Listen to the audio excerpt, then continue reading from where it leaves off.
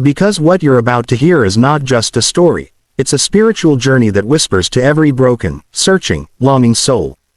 It is the story of Daniel, a humble man who never imagined stepping into the spotlight, yet one day found himself standing under the blinding lights of America's Got Talent.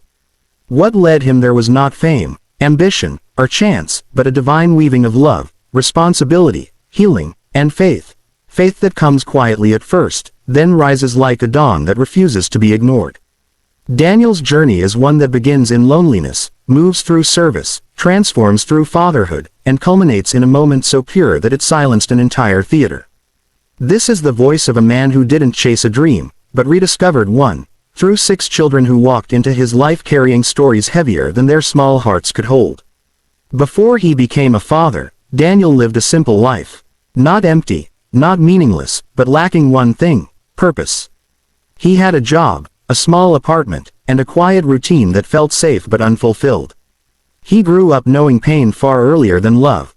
His childhood home was chaotic, filled with arguments that echoed through thin walls, promises that evaporated as quickly as they were spoken, and doors that slammed so hard they felt like thunder. The noise carved anxiety into him. The instability carved fear, and the absence of tenderness carved a hollow space in his heart.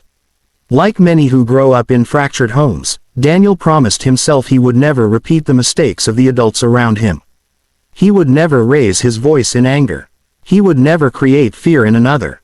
But he also believed something else, something quieter, something far more damaging: that he himself was not worthy of being loved unconditionally. That he was not built for family. That he was meant to walk alone. Despite the pain, life had given him a gift: music. When the world became too loud, he would escape into melody. His voice wasn't trained, wasn't polished, wasn't crafted for stages, but it was honest. He would sing in his small room, letting emotions flow in ways words never could. Music was his shelter, his prayer, his release. But as he grew older, and life demanded bills to be paid and responsibilities to be met, he tucked that gift away like a childhood treasure that no longer seemed relevant. He worked, he lived, he survived, but the part of him that once soared through song went silent. Then came the night that changed everything. Daniel had volunteered at a youth shelter for years, helping out when he could, offering meals, blankets, and small conversations to children whose lives were filled with uncertainty. It was a quiet way of giving back, a soft offering to the world from someone who knew what it felt like to be lost. But nothing prepared him for the sound of the shelter door opening on that stormy evening, rain pouring hard enough to blur the city lights behind it. A social worker walked in, soaked from the cold, her expression exhausted but gentle. Behind her were 6 children, shivering, frightened, clutching each other with desperation. The oldest was 12, trying to be brave, holding the hand of a sister who looked about 10. Beside them were 2 boys 8 and 7, their eyes darting around as if expecting danger to appear at any moment. And in the woman's arms, 2 toddlers, one barely 3, the other only 2, both crying softly. Daniel didn't know their names yet. He didn't know their story. But he felt something inside him shift the moment he saw them. The social worker explained quietly that their home had collapsed under the weight of addiction and abandonment. Their parents were gone, lost to choices these children never deserved to witness. There were no relatives, willing or able to take them. And the system, stretched thin and overwhelmed, had no choice but to separate the children into different foster homes by the next morning.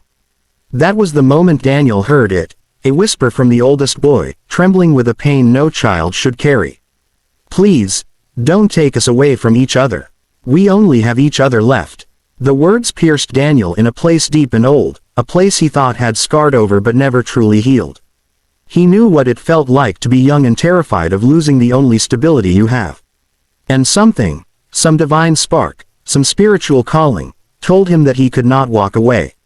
Over the next weeks, Daniel stepped into a world he never expected to enter. He attended meetings, answered calls, filled out forms, completed training sessions. Again and again, people warned him, "This is too much. 6 children at once. It's impossible for one man. Are you sure you want this responsibility?" But each time, he thought of the fear in their eyes, the way they held onto one another like life rafts, the whispered plea that had broken something open inside him. And so he pushed forward not with certainty, but with faith. He reminded himself daily, if God didn't think he was capable, these children wouldn't have crossed his path. The day the adoption papers were finally approved, he cried. Not from fear, not from exhaustion, but from a love he had never known he could feel.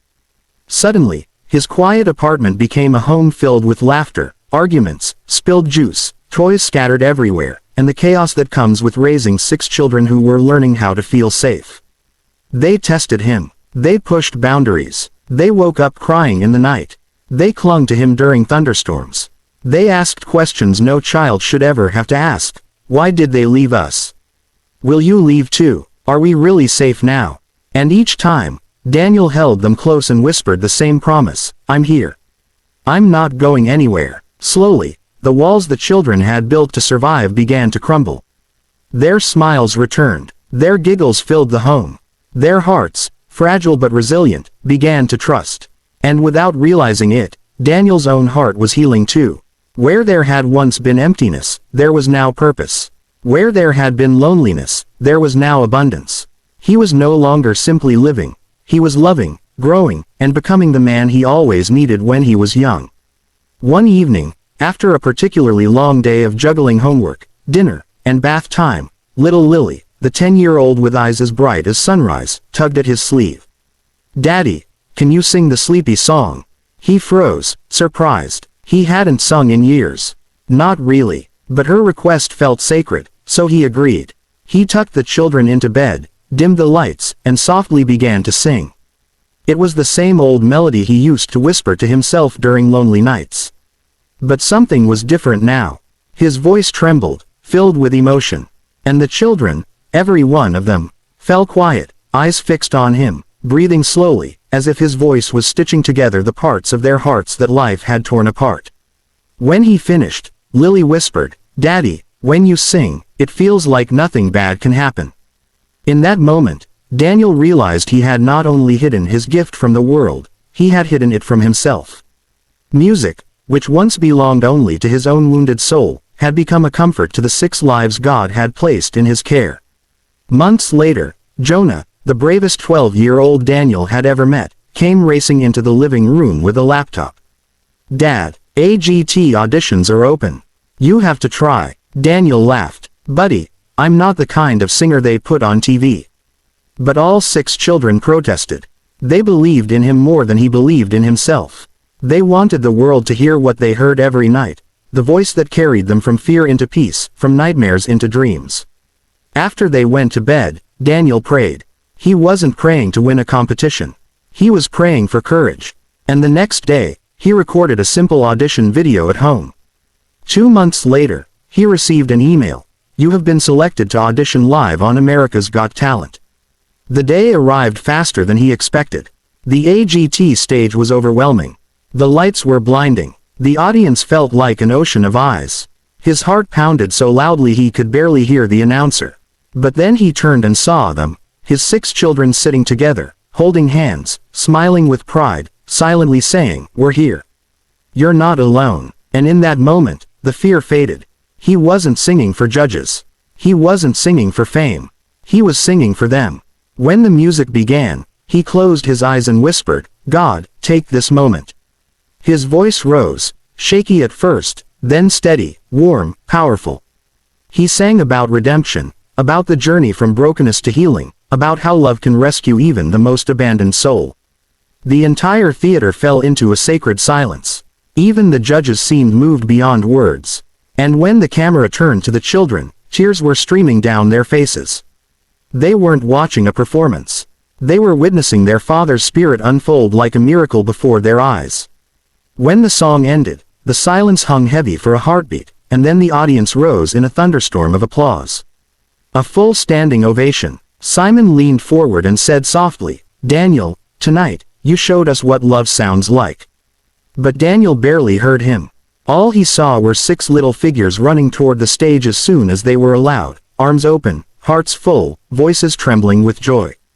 That night, as they walked together out of the theater, Daniel realized something profound. He thought he had rescued 6 children, but in truth, they had rescued him. They had given him purpose, healing, and the courage to reclaim the part of himself he had buried long ago.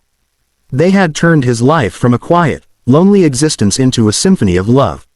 And to you, dear listener, wherever you are, whatever your heart carries, let Daniel's journey remind you, your story is not over. Your pain is not wasted. God is shaping something beautiful in you, even in moments that feel like endings. Sometimes, the miracles we pray for don't come as sudden breakthroughs, they come as responsibilities, as unexpected callings, as people we are meant to love. Sometimes, the greatest stages we stand on are the ones we never planned to reach. So breathe, have faith, keep walking. Something beautiful is being written for you too. One chapter, one step, one whispered prayer.